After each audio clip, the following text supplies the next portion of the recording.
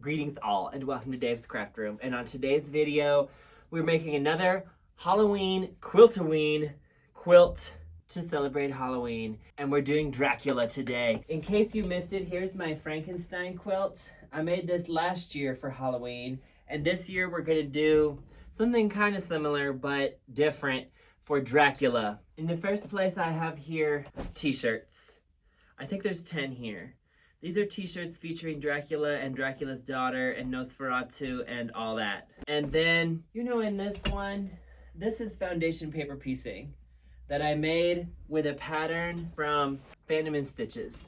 And there isn't one for Dracula. So what I'm gonna do instead is screen printing, I hope. Hopefully I can figure out how to do it. When you wanna screen print an image, you have to turn it into a halftone situation. So we're gonna go over that later. You'll see me in the workshop setting up the laser to engrave the Dracula heads, and then I'm gonna screen print the actual Draculas, the Bela Lugosi Draculas. I have this fabric and I have this. I mean, these are teeth, and then these are like movie posters in the same vein as that fabric there on the Frankenstein one. And I hope to make enough to have 15 of these blocks, 15 blocks, and then 15 of the screen printed blocks. And by the way, I'm gonna put a bat in the corner, a foundation pieced bat from a pattern on Etsy that I'll show you. I do not know the name of it off the top of my head, but I'll show it to you when we get to that portion of the video. First thing is, let me process all of these t-shirts into something I can actually use, which involves cutting them. You guys, to me, Bela Lugosi is Dracula. Dracula is Bela Lugosi. Many, many, many actors have played him, but to me, it's all about Bela Lugosi, and I was a huge fan of Bela Lugosi from young. I was a strange child. Oh, you know what? This is a Dracula's daughter t-shirt. Last year, we talked about Frankenstein, Bride of Frankenstein, and people say that she's a lesbian. Dracula's daughter is a full lesbian. I mean, that's not even up for debate. She is like literally just a straight up lesbian. If you watch the movie. You have beautiful hands, but they're so white and bloodless. They're cold, ma'am. Stand by the fire for a moment. Those movies, I don't know about Dracula's daughter, but those movies were produced and directed by James Whale. James Whale, who was fully a homosexual, and I'm pretty sure he got ran out of Hollywood for it. Bela Lugosi is Dracula. Yes, he is. I can tell you, I loved the book of Frankenstein. I did not have the same feelings towards the book of Dracula. Dracula to me is more about the movies. I picked it up when I was like a teenager, and I don't think I knew when I picked it up that it was an epistolary novel, which means the whole book is like letters and journal entries and stuff rather than like a straight up narrative. And I found it so tedious. And maybe it's also because like we pretty much know the story already. Like we all know the story of Dracula. So in the book, the characters are like, oh my gosh, why is everyone dying of blood loss as they live and breathe in bed? I suppose that's building suspense. But there is no suspense because I already know why. Another thing I didn't like about the book, this never made sense to me, ever, because in fact it doesn't make sense in real life. But in the book, they're constantly doing blood transfusions as though there's no such thing as blood types. I'm like, you can't just do a blood transfusion on someone. The blood types have to match. Are we supposed to believe that everybody here, like, is a universal donor and she's like a universal recipient? You know what I mean? Like, because of the amount of blood transfusions they were doing at a time before that was really invented properly. So that irritated me from the book. Because of course you can't just give somebody a blood transfusion without testing the blood types. But they did it all the time in that book. Yeah, I did see the new Nosferatu movie, or I suppose it's not that new anymore. It's almost a year out now, but the Nosferatu movie that came out last year. I don't know, the old movies were kind of campy. They were very campy to me, and that's kind of what I like. So this new movie with Lily Rose Depp, although she's a great actress, like, it just wasn't my energy. It was too serious. I want the camp. Give me the camp factor.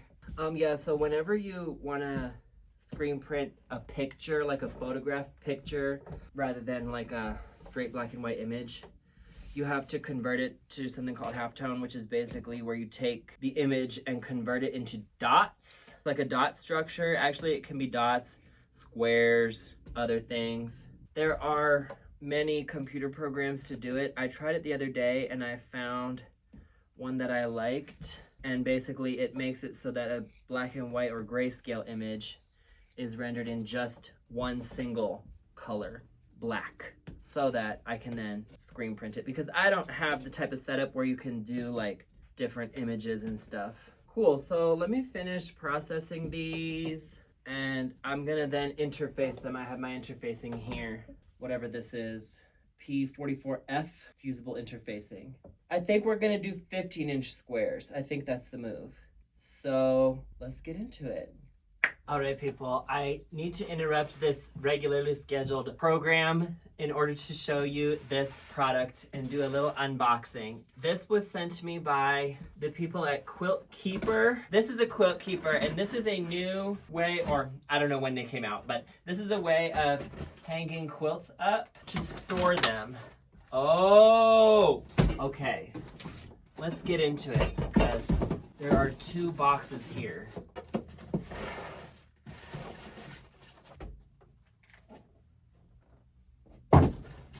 TheQuiltKeeper.com. Ellen Torrens. Azara Torrens Hartley. How to use the Quilt Keeper. Okay, wait a minute, hold on. This would be the bar. Oh, you know what? We're gonna go over to the door in a second and demonstrate it on the door.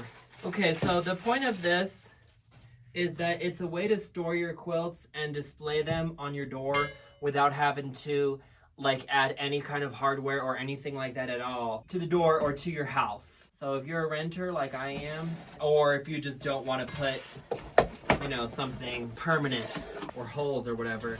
Oh, these will be like add-ons. Oh, okay. Work. This I believe they call the Cascade. Let's move over to the door and I'm gonna show you how we can use this to hang quilts. Hold on a second. All right, people, I'm here in my hallway because it's just easier to show you here. But pretty much what we have is these 2 things. They're gonna go on top of the door. In case you're worried about it scratching, this is foam. And I'm just gonna cut 1 inch of this foam doohickey and put it on the back of there, like that.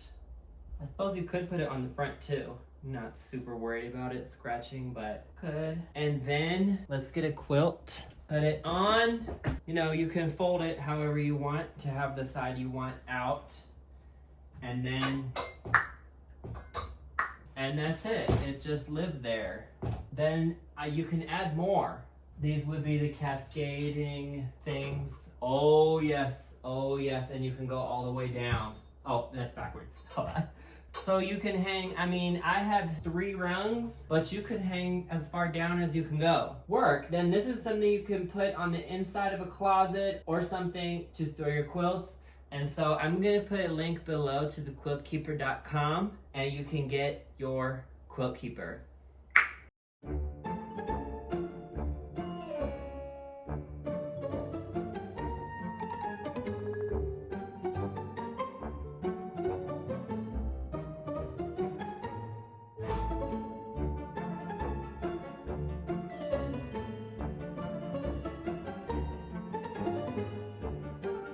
I find this part so satisfying. I'm trimming all of these t-shirt panels to 15 inches, and if I have to cut off a little bit of the edge to make it fit, then it's probably not a big deal, but I will not cut off the words, like if it says Dracula or Prince of Darkness. Then I made this one a little bit longer, and I'll make it fit.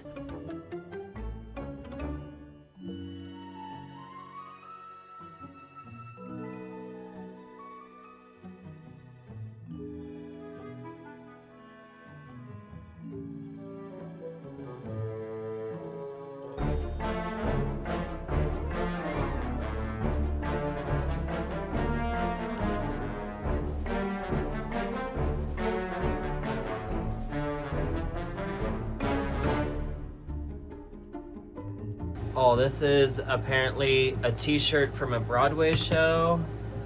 too small, obviously, so I'm gonna sew this on.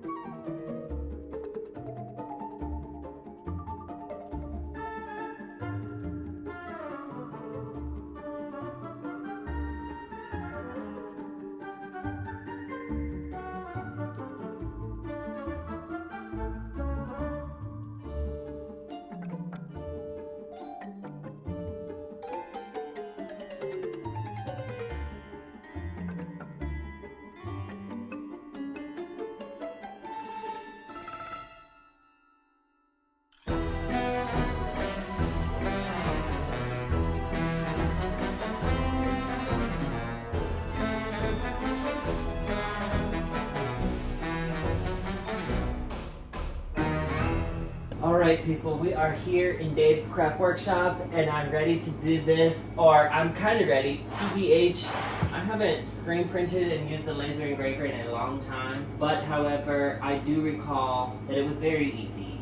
And I have my screen here, and I'm gonna laser engrave the Bela Lugosi image onto this so that I can screen print it. And if I do a good job and I do it right, hopefully I'm only gonna need one screen for this project. If I mess it up, then I messed it up and I have to do it again and I wasted a screen. But hopefully that doesn't happen. So what I need to do actually, oh yes, we're connected, good, is watch the YouTube tutorial that I watched the last time so I can remember all the steps. Oh yes, this was the woman, Angie Holden. This is the woman who taught me to do it last time.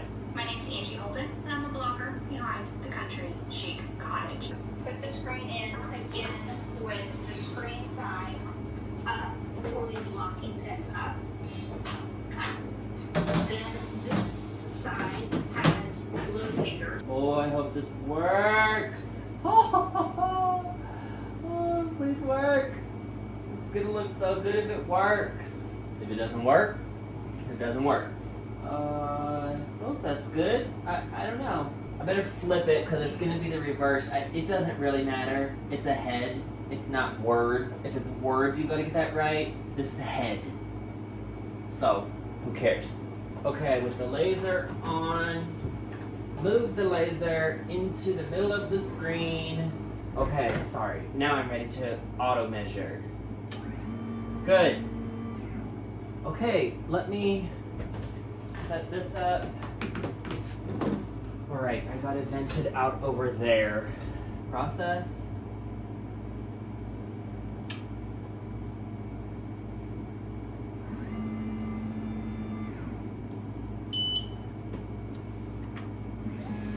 Oh, it's working. Oh! Wow!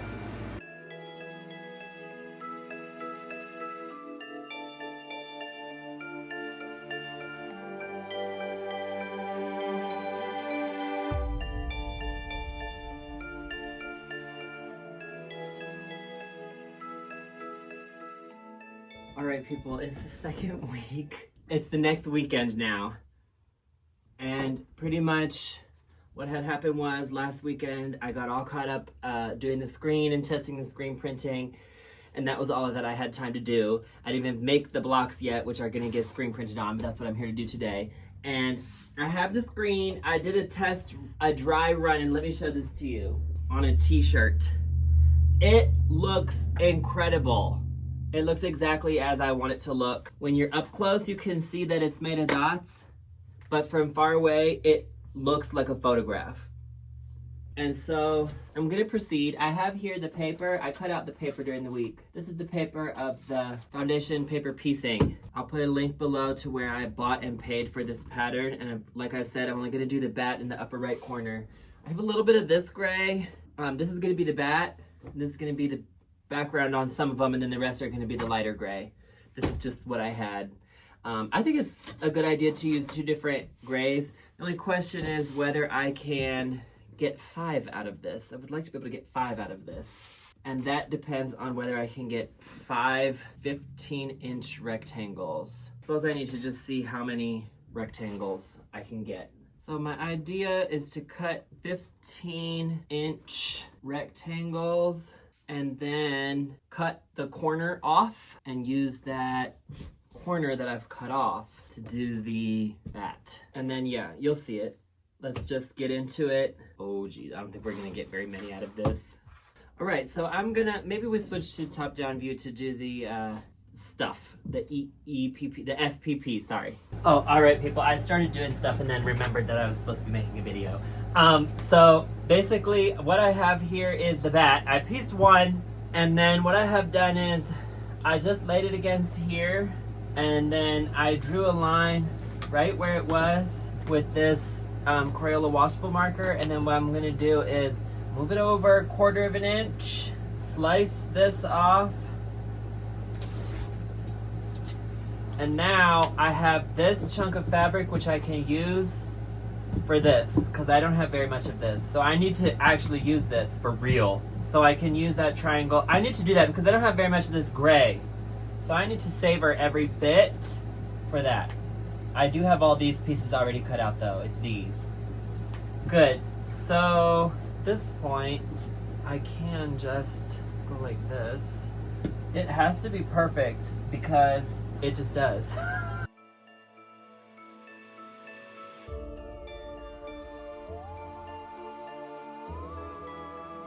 If you're new to my channel, welcome to the DCR universe. I'm Dave. I put out new quilt videos like this every other Tuesday at noon Mountain Time, and please subscribe to my channel. Usually it's every other week, although for Quilttober we're doing Halloween quilts every week this month. And by the way, if you have any ideas for next year's Quilt-oween, comment below.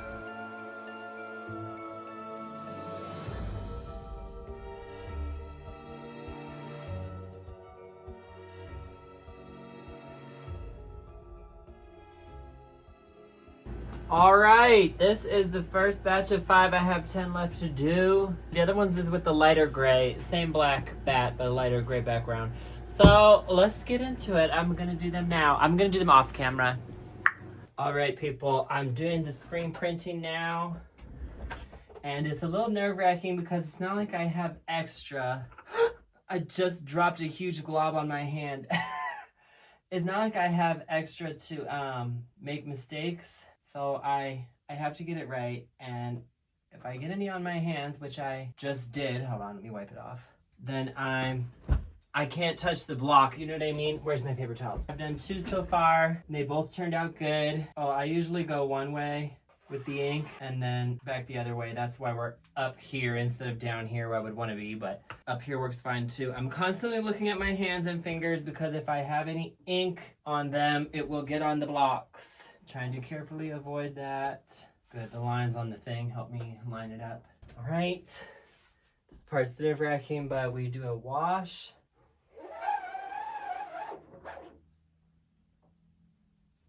Smush it down, and then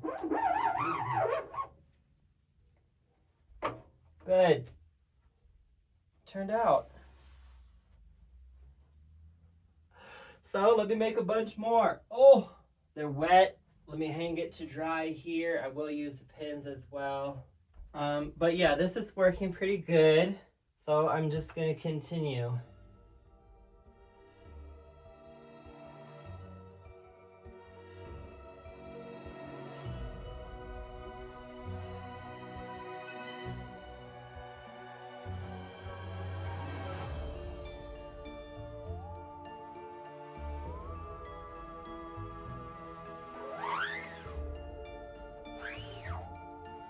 Oh, that was a clean pull.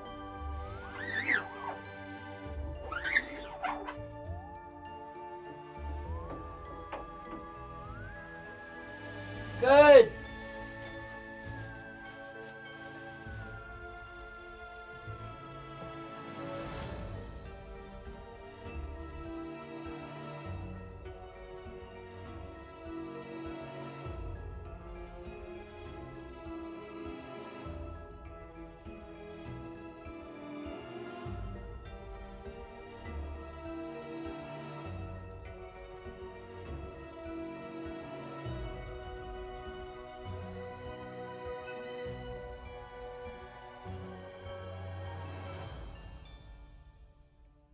All right, people, I'm heat setting them. This is the second day, by the way, or the next day.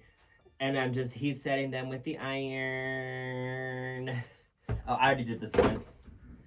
You can do this by putting a fabric or a Teflon or whatever on the front. I just iron it from the back. And that seems to work. Can you guys see the smoke or steam rather, the steam coming up? That's how I know it's working. I love to see the steam. You guys, this is turning out so good. These are all perfect. Cool, so pretty much I'm just gonna continue ironing these and then sew them up. And the backing is gonna be this color. I have a lot of this bat gray color left, and that's the backing.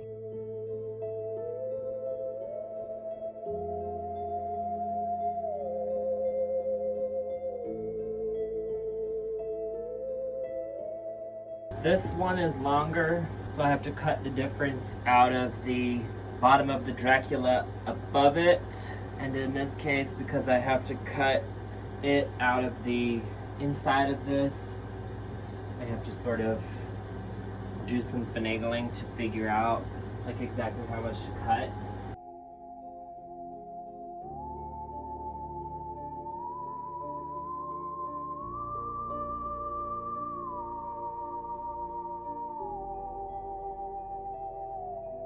Then let's add a 1/4 inch.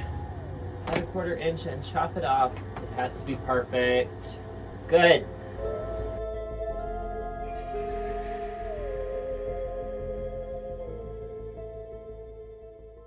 You know what? I think I'm gonna get this long armed. I wanna go online and see if there's a long arm pattern that looks like Dracula or bats or teeth.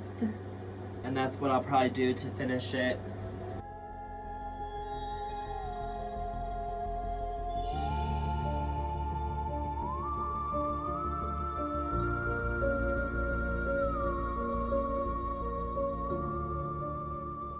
Wow!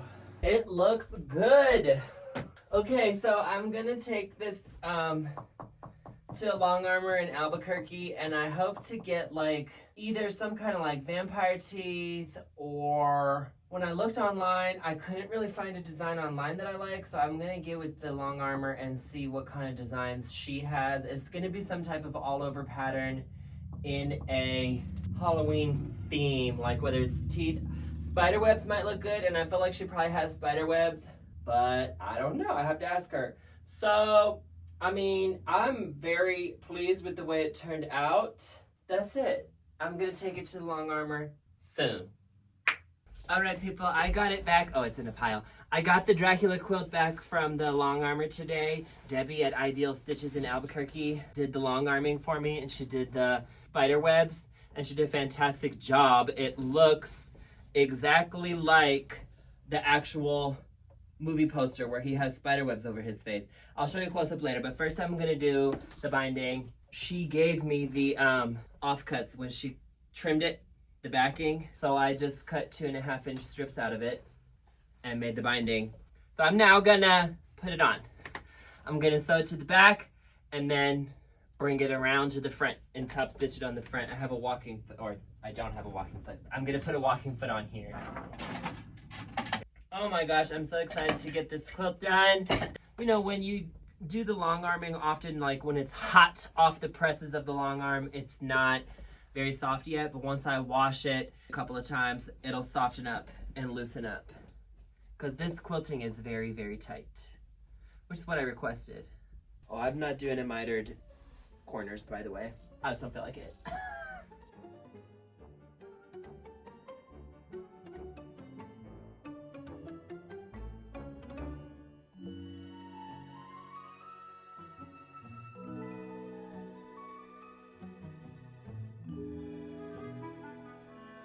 Good! Oh my gosh, it's stunning.